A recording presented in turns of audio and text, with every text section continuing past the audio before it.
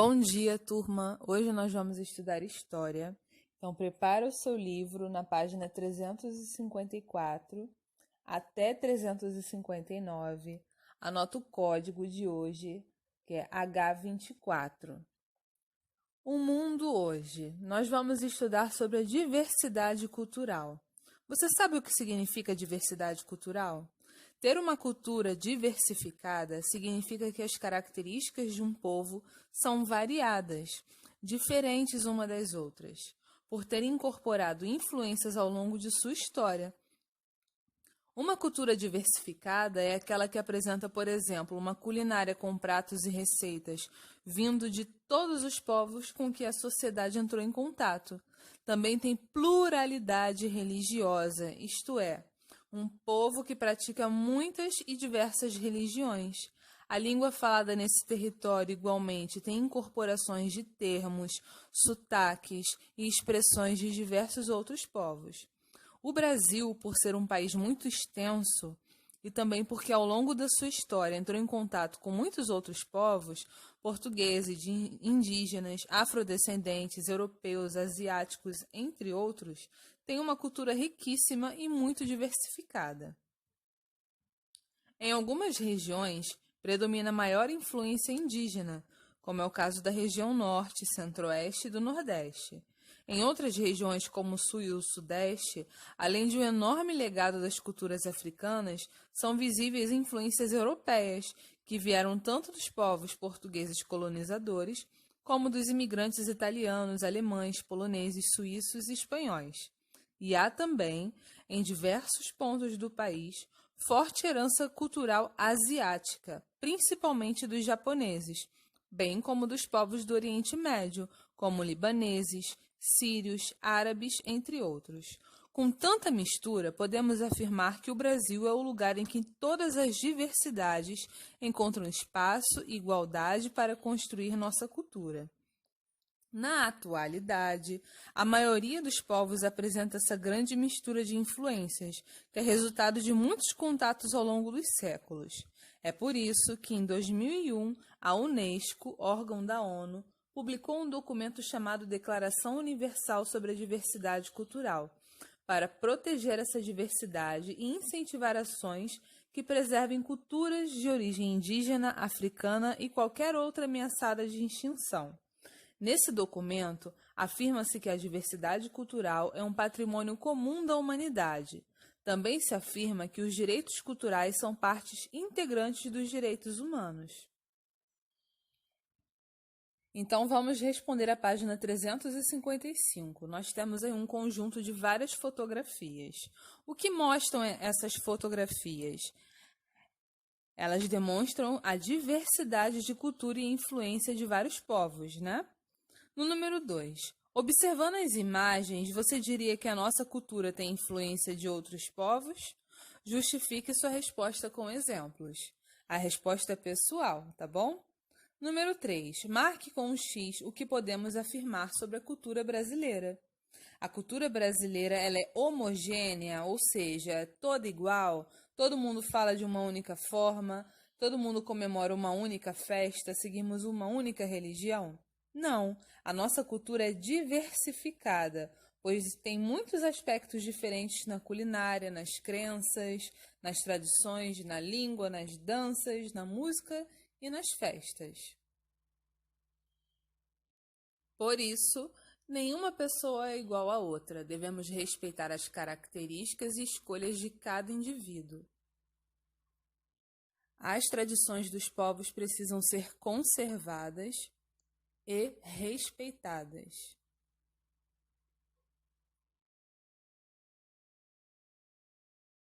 Agora que você já aprendeu um pouquinho mais sobre diversidade, nós vamos falar sobre a diversidade na cultura, na comunicação e na internet.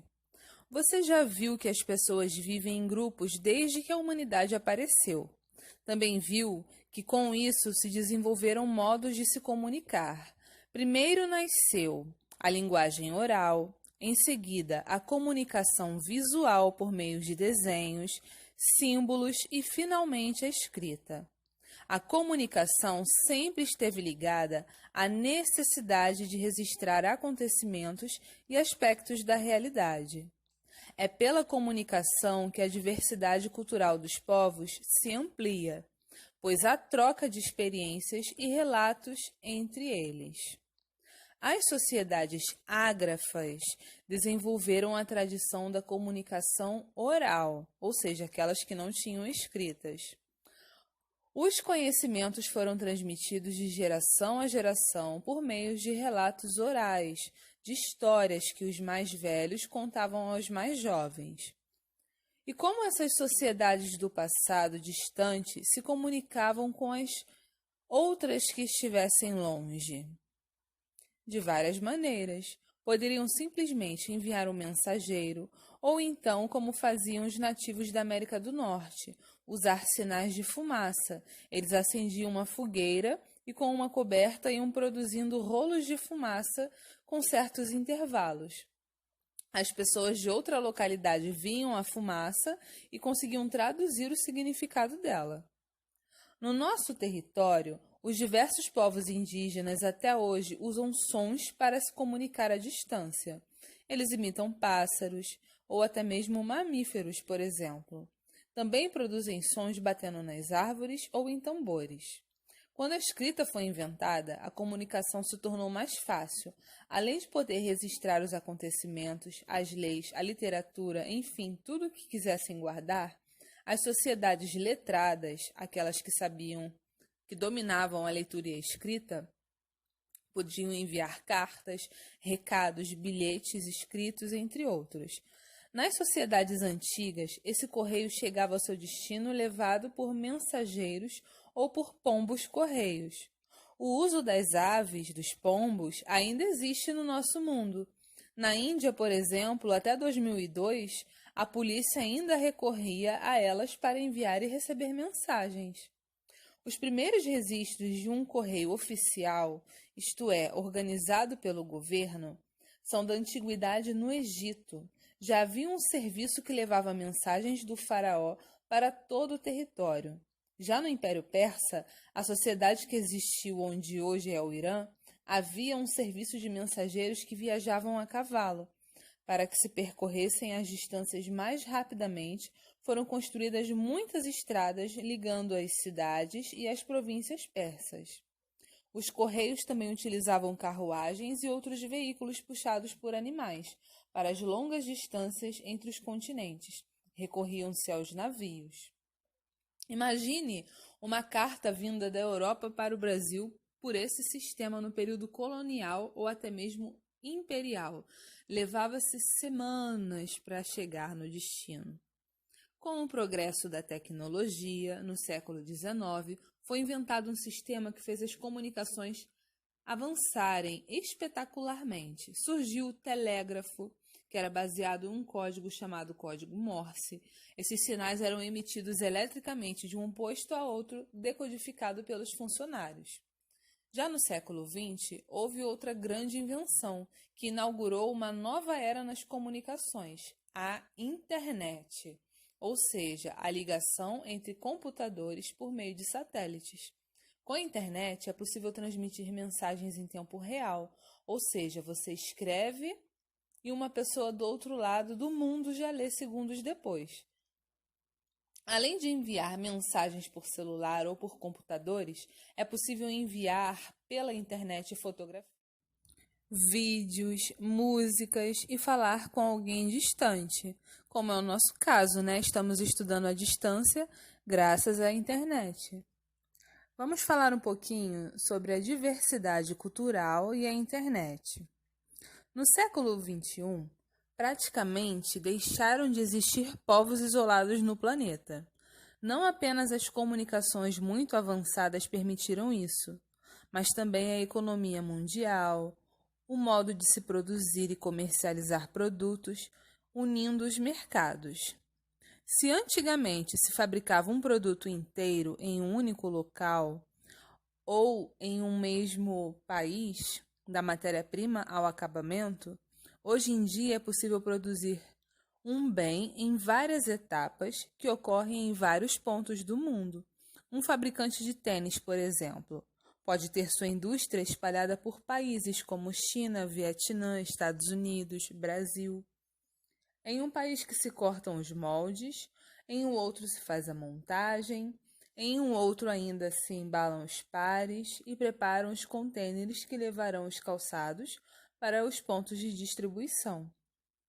Esse mundo em que não se existe mais fronteiras, separação para o comércio, indústria e até mesmo a comunicação, é chamado pelos estudiosos como um mundo globalizado ou aldeia global. A globalização é a interligação entre os povos. E o contato permanente entre todas as regiões da Terra, principalmente no aspecto econômico, é chamado de globalização. Nesse mundo globalizado, é claro que a cultura dos diversos povos que estão em contato se transformam também. Há uma intensa troca de conhecimentos, de informações e dados, modos de falar e de se comportar. E a maioria desses contatos se dá pela internet, graças à rede mundial e às chamadas redes sociais, em que as pessoas se conectam umas com as outras em tempo real. E a troca cultural é mais e mais intensificada. Costumes e tradições de um povo passam a fazer parte de outras culturas que os adotam. Você já ouviu falar de inclusão digital? Atualmente, ela é usada para tudo que se relaciona com a tecnologia dos computadores, da internet e dos celulares. Fala-se muito em arquivo digital, fotografia digital, som digital. Isso porque a tecnologia dos computadores foi desenvolvida com base em dígitos, isto é, números. Mas o que será inclusão digital? Vamos conversar sobre isso? Para começar a sua reflexão, vai lá na página 358 do seu livro e analise as duas fotos que vão aparecer lá. Em uma foto, a gente pode ver algumas crianças numa sala de aula um pouco precária, né? Se você reparar. Já na segunda ilustração, nós temos aí as crianças em um ambiente moderno, informatizado. Então, no número 1 está perguntando assim: qual é a principal semelhança entre as situações representadas nas fotos? O que essas fotos têm em comum? Elas mostram crianças em sala de aula. No número 2, qual é a principal diferença entre essas fotos? É que na foto número 1, as crianças não têm computadores, é uma aula tradicional. Já na foto do número 2, as crianças estão em um ambiente moderno. Número 3, podemos definir a palavra inclusão como integração, fazer parte de algo? O contrário é a exclusão, que quer dizer ficar fora de algo. Então, em sua opinião, qual das fotos mostra uma situação de inclusão? Aí é uma resposta pessoal. Lembrando que o significado de inclusão é fazer parte de algo e exclusão é ficar fora de algo, ok? Vamos para a próxima página. Na página 359, a gente vai falar um pouquinho mais sobre essa inclusão digital. A inclusão digital é muito mais do que ter um computador. O avanço nas comunicações foi um feito extraordinário na vida dos seres humanos. A internet, trazendo a possibilidade de ligar pessoas do mundo inteiro em instantes, foi uma das maiores descobertas do século XX. Mas será que todas as pessoas têm condições iguais de participar dessa inovação? Será que todas as pessoas podem comprar um computador ou um celular para partilhar informações e fazer parte dessa comunidade global? Você com certeza responderá que não. Muitas e muitas sociedades ainda estão excluídas da vida digital. Muitas e muitas pessoas que vivem em situação de pobreza não conseguem acesso ao mundo da informática. Por causa disso, em muitos países e também no Brasil, existem movimentos em que as pessoas reivindicam a democratização dos meios de comunicação e da tecnologia digital. Democratizar quer dizer criar condições para que todos tenham o mesmo direito de usar os computadores, celulares e internet. Para isso, os governos devem levar recursos às escolas e às comunidades mais carentes, com campanhas, por exemplo, para fornecer computadores e internet em um preço acessível ou até mesmo de forma gratuita. A tecnologia veio para melhorar a vida dos seres humanos. Não basta saber usar os recursos tecnológicos. As pessoas precisam usá-los para melhorar a qualidade de vida e a sua experiência no mundo. Por exemplo, pessoas com deficiência que não podem andar podem ter equipamentos digitais que facilitem a sua locomoção, como cadeiras de rodas motorizadas e movidas por computador. Alunos em escolas muito isoladas, que não tivessem acesso a jornais, revistas, poderiam estudar e ter acesso às mesmas publicações pelo computador e pela internet. Pessoas com deficiência na visão poderiam ter acesso a livros impressos em braille, bastando acionar um programa no computador. Os exemplos são muitos.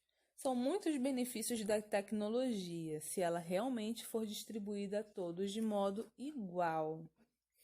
Então, nós aprendemos que nós vivemos numa sociedade diversificada, não somente em cor, raça, religião ou até mesmo cultura, mas também com pessoas que precisam de necessidades especiais. E a tecnologia e a comunicação devem contribuir para o bem-estar de todos. Nós não podemos deixar essas pessoas com dificuldades de acesso, dificuldades de comunicação, sem acesso à tecnologia ou à informação. Devemos democratizar esses recursos, ou seja, tornar possível o acesso a todos, sem discriminação, ok? Então, essa foi a nossa aula de história. Eu vou deixar vocês com um vídeo ilustrativo no final da nossa videoaula, para que vocês possam refletir um pouquinho mais sobre a diversidade, sobre o respeito às diferenças. Vejo vocês na próxima aula. Um grande beijo. Tchau, tchau.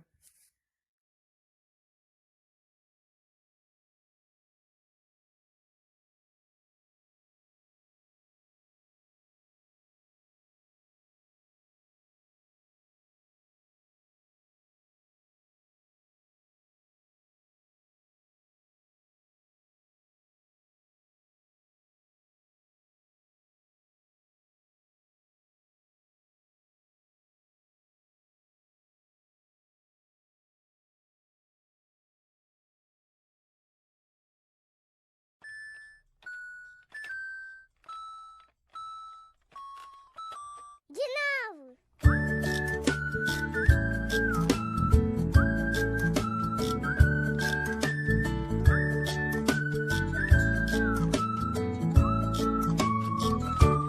Tão legal, ó minha gente, perceber que é mais feliz quem compreende que a amizade não vê cor nem continente e o normal está nas coisas diferentes. Amigo tem de toda cor, de toda raça, toda crença, toda graça. Amigo é de qualquer lugar.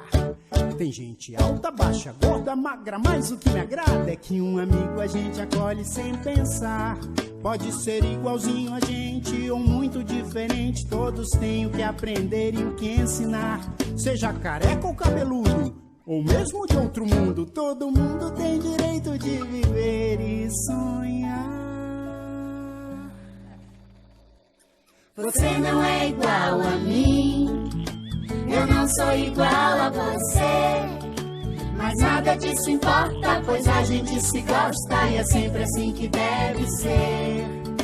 Você não é igual a mim, eu sei, eu não sou igual a você, mas nada disso importa, pois a gente se gosta e é sempre assim que deve ser.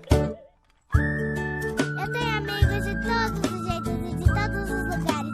Mesmo eles sendo diferentes, eu gosto muito deles. Essa é a verdadeira amizade. perceber que é mais feliz quem compreende que a amizade não vê cor nem continente. Que o normal está nas coisas diferentes. Amigo tem de toda cor, de toda raça, toda crença, toda graça, amiga de qualquer lugar. Tem gente alta, baixa, gorda, magra, mas o que me agrada é que um amigo a gente acolhe sem pensar. Pode ser igualzinho a gente ou muito diferente, todos têm o que aprender e o que ensinar. Seja careca ou cabeludo, ou mesmo de outro mundo, todo mundo tem direito de viver e sonhar. Você não é igual a mim, eu sei, eu não sou igual a você. Mas nada disso importa, pois a gente se gosta e é sempre assim que deve ser. Você não é igual a mim, eu não sou igual a você. Mas nada disso importa, pois a gente se gosta e é sempre assim que deve ser. Você não é igual a mim, eu não sou igual a você. Mas nada disso importa, pois a gente se gosta e é sempre assim que deve ser. Você não é igual a mim, eu não sou igual a você. Mas nada disso importa, pois a gente se gosta e é sempre assim que deve ser.